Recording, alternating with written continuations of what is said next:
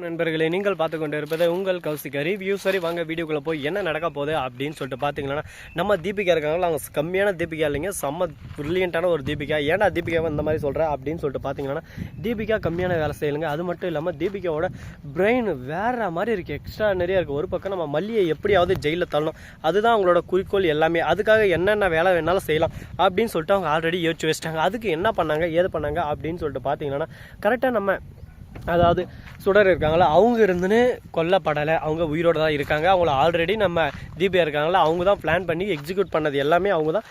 இந்த இடத்துக்கு போஸ்டிங் வாங்கி வர்ற மாதிரி ஒரு பக்கம் நாடகத்தை கிரியேட் பண்ணி, அது மட்டும் இல்லாமல் சுடருக்கும் மல்லிக்கும் இந்த மாதிரி தகராறு இருக்குதுன்னு சொல்லிட்டு போலீஸ் மூலிமா தெரிஞ்சுக்கிட்டு இதை அப்படியே சும்மா மாற்றி ஒரு பக்கம் பிளான் பண்ணி செம்மையான ஒரு கேம் ப்ளே பண்ணிட்டாங்க. இப்போ சுடர் இவங்க கஸ்டடியில் தான் இருக்காங்க. இவங்க வந்து சாப்பாடு கொடுக்கறதுக்கு போகிறாங்க. அந்த சமயத்தில் நம்ம மல்லிக்கே ஒரு பக்கம் சந்தேகம் இருக்குது. இந்த தீபிகா நம்மக்கிட்ட ஏதோ ஒரு விஷயத்தை மறைக்கிறாங்க, நம்மளை எதுனா ஒன்றுத்தில் கார்னர் பண்ணணும்னு நினைக்கிறாங்க. என்ன விஷயமா இருக்கும், ஏன் நம்மளை கார்னர் பண்ணணும்னு இப்படி துடிக்கிறாங்க? அப்போ ஏதோ ஒரு விஷயம் அவங்களுக்கும் நமக்கு விட்டக்குறை தொட்டக்குறை இருக்குது, அதனால் அவங்கள ஃபாலோ பண்ண ஆகுமே அப்படின்னு சொல்லிட்டு நம்ம மனோகரம் சொல்கிறாரு. நம்ம மல்லியும் அதான் யோசிக்கிறாங்க. நீங்கள் சொல்கிறது கரெக்டு தான், இது ஒரு பக்கம் உண்மையாகவும் இருக்கலாம், நானும் இதை யோசிக்கிறேன் அப்படின்னு சொல்லிட்டு யோசிக்க ஆரம்பிக்கிறாங்க. அப்போ யோசிச்சு ரெண்டு பேரும் என்ன முடிவு எடுக்கிறாங்க அப்படின்னு சொல்லிட்டு பார்த்தீங்கன்னா, நேராக போகிறாங்க. போகிறதோட மட்டும் இல்லாமல் அவங்க போயிட்டு அப்படியே சும்மா தாம் தூம் தடால் அப்படின்னு சண்டை ஒரு பக்கம் அதிகமாகுது. என்ன பேசுறது ஏது பேசுறதுன்னு சொல்லிட்டு தெரியாமல் குழப்பத்தில் குழம்பு போயிட்டு இருக்காங்க. அந்த சமயத்தில் தான் உண்மை எல்லாமே ஒரு பக்கம் வெளியே வருதுங்க. இதுக்கு மேலே உண்மையை நம்ம மறைச்சி வைக்க முடியாது.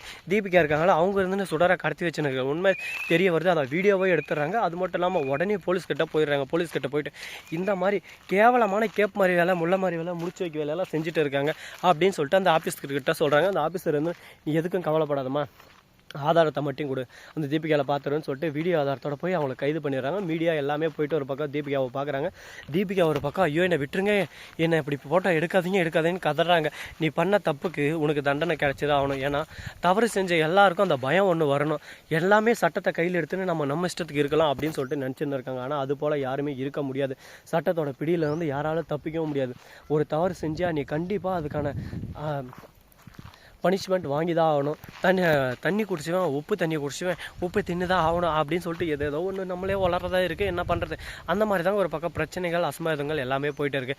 சரி, முடிஞ்ச வரைக்கும் நல்லதே நினைப்போம் நல்லதே நடக்கும்னு சொல்லிட்டு சொல்லுவாங்களே, அது போல் தான் இப்போயும் நடந்துன்னு இருக்குது. அது மட்டும் இல்லாமல் கரெக்டாக நம்ம மனோகர் இருக்கார்ல, அவர் இருந்துன்னு போயிட்டு அந்த இடத்துல கரெக்டாக கையும் களமாக அவளை பிடிச்சிடும். அவளுக்கு என்ன பண்ணுறதுனே சொல்லிட்டு தெரியல. மல்லி உன்னை சும்மா விட மாட்டேன், என் வேலைக்கே இப்போ உழவச்சிட்டல அப்படின்னு சொல்லிட்டு தீபிகா இப்போ அரெஸ்ட் ஆகி ஜெயிலுக்கு போயின்னு இருக்காங்க.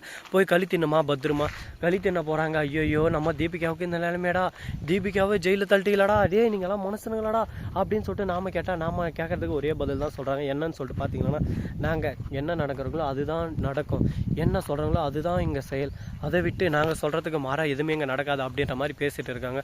இவங்க சொல்கிறதெல்லாம் பார்த்தா நமக்கு ஒரு பக்கம் பதட்டமாக இருக்குது, பயமாக இருக்குது. இப்போ என்ன பண்ண போகிறாங்க ஏது பண்ண போகிறாங்க அப்படின்னு சொல்லிட்டு தெரியாமல் பயத்தோடையும் பதட்டத்தோடையும் இந்த சீரியலை கொண்டு போயின்னு இருக்காங்க. அது மட்டும் இல்லாமல் கரெக்டாக நம்ம கதிரேசன் இருக்கார்ல, அவருக்கு இந்த கொலைக்கு எந்த சம்மந்தம் இல்லை அப்படின்ற விஷயம் இவங்களுக்கு நல்லாவே தெளிவாக தெரிய வந்தது. அப்படி இருந்தால் கதிரேசன் எதுக்கு பயந்தார், கதிரேசன் ஏன் இந்த மாதிரி எல்லாத்துக்கும் ஒரு பக்கம் முற்றுப்புள்ளி வைக்காமல் ஒரு பக்கம் சோகமாகவே இருந்தார் அப்படின்னு சொல்லிட்டு பல கேள்விகள் அவர் மனசுக்குள்ளே போயிட்டு தான் இருக்குது. அதுக்கான கேள்விகளுக்கான பதில் அவர்கிட்ட இருக்கா அப்படின்னு சொல்லிட்டு பார்த்தீங்கன்னா, கேள்விக்கான பதில் அவர்கிட்ட இல்லை. ஆனால் இன்னும் நிறைய விஷயங்களெல்லாம் மர்ம முடிச்சதாங்க இருக்குது. அதுக்கு என்ன பண்ண போகிறாங்க, இந்த மர்ம முடிச்சதுக்கெல்லாம் ஒரு தீர்வு கொடுக்கணும், அதுக்கான தீர்வு என்னவா இருக்கும் அப்படின்னு சொல்லிட்டு பல விதத்தில் யோசிச்சுன்னு தான் இருக்காங்க. பார்ப்போம் என்னென்ன பண்ண போகிறாங்கன்னு சொல்லிட்டு. அது மட்டும் இல்லாமல் கரெக்டாக நம்ம தலைவன் கதிரேசன் இருக்கார்ல, அவர் பண்ண விஷயம் ரொம்பவே ஒரு பக்கம் இரிட்டேட் ஆயிடுச்சுங்க. என்னன்னு சொல்லிட்டு பார்த்தியா, நான் எந்த தப்பு செய்யலன்னு சொன்னலை, என் மேலே வீணாக ஒரு பக்கம் பழி போட்டீங்க, என்னை அவமானப்படுத்திங்க, அசிங்கப்படுத்துறீங்க, இது எல்லாம் தகுமா?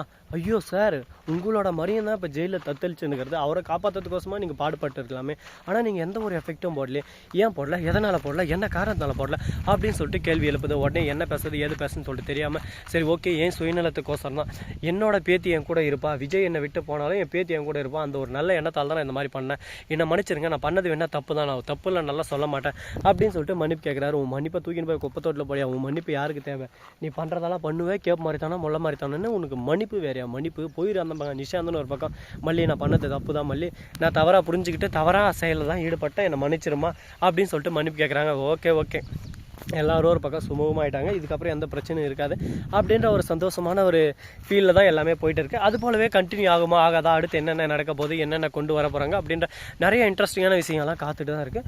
பார்ப்போம் என்னென்ன பண்ண போகிறாங்கன்னு சொல்லிட்டு. சரி இதெல்லாம் ஒரு பக்கம் போட்டுன்னு சொல்லிட்டு விட்டாலும் அதே சமயத்தில் மறுபக்கம் நம்ம விஜய் இருக்கார்ல, அவர் வந்து ஜெயிலில் இந்த வீட்டுக்கு வெளியே வராரு. அடடடா எப்படியும் நம்ம விஜய் ஒரு பக்கம் தப்பிச்சிட்டாரா, இனிமேல் விஜய்க்கு ஆனந்தம் ஆனந்தம் பாடும் மனமாசையும் ஜெலிலாடும் அந்த மாதிரி விஜய் சந்தோஷமாக இருக்க போகிறாரு அப்படின்னு சொல்லிட்டு நினச்சிங்களா, அதுதாங்க இல்லை. இங்கே இன்னொரு ட்விஸ்ட் வச்சிருக்காங்க. என்னன்னு சொல்லிட்டு பார்த்தீங்கன்னா, ரேணுகா கொலை வழக்கு அதில் வந்து நம்ம விஜய் அரெஸ்ட் பண்ணிடுறாங்க.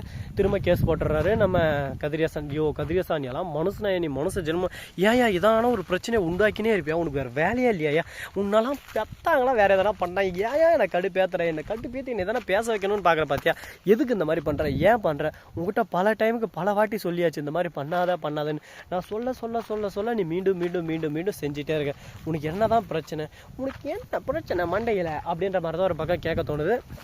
கதிரேசன் இருந்துன்னு இது எல்லாத்துக்கும் ஒரு பக்கம் சகபம் அப்படின்னு சொல்லிட்டு தட்டி விட்டு போயின்னு இருக்காரு. இதுக்கு மேலே இவர்கிட்ட பேசி ஒன்றும் பிரோஜனம் இல்லை. ஏன்னா நம்ம எதனா ஒன்று சொல்லி நமக்கு ரெஸ்பான்ஸ் பண்ணுற பர்சன் கிட்ட நம்ம பேசலாம், தப்பு இல்லை. நம்ம என்ன சொன்னாலும் பூம் பாடு மாதிரி தலையாட்டினாலும் பரவாயில்ல, என்னமே பண்ணாமல் சைலண்ட்டாக அப்படியே ஒரு அதுக்குன்னு ஒரு ஏதோ ஊனாங்கிட்ட குறைவே ஏதோ ஒன்று அது போல் சைலண்ட்டாக இருக்கார். அவர் பண்ணுறத பார்க்கும்போது இரிட்டேட் தான் ஆகுது. அதனால் அவர்கிட்ட இந்த கான்செப்டை பற்றி பேசி இனிமேல் டைம் வேஸ்ட் பண்ணி ஒன்றும் நடக்க போகிறதில்ல. இதோட இந்த கான்செப்டை நம்ம விட்டு அடுத்து என்ன பண்ண போகிறோம்னு சொல்லிட்டு விஷயத்தை பற்றி தான் யோசிச்சாலும். இந்த வீடியோவை பிடிச்சிருந்தா லைக் பண்ணுங்கள், கமெண்ட் பண்ணுங்கள், ஷேர் பண்ணுங்கள், டிண்டிங் பெல்லை தட்டி விட்டு போங்க. அப்போ தான் நான் போகிற அடுத்த வீடியோ உங்களுக்கு உடனே நோட்டிஃபிகேஷனில் வந்து கொண்டே இருக்கும். மிக்க நன்றி. தேங்க்ஸ் ஃபார் வாட்சிங். Tata, see you. நன்றி, வணக்கம். வந்த நம்பருக்கு தருங்க.